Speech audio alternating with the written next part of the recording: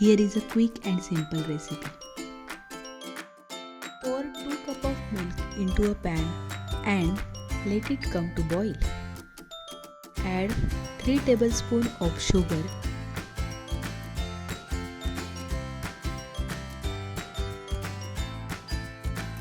and 1 tablespoon of tea powder and let it brew for 2-3 minutes. Now add 4 crushed cardamom, 1 inch of cinnamon,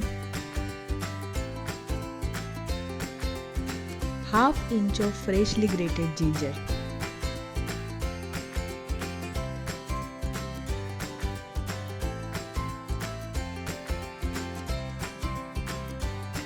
Now stir it gently over a medium heat until it boils.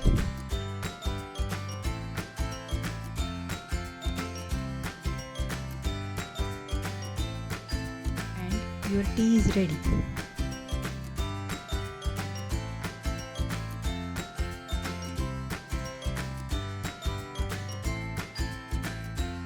Strain it into a cup and enjoy.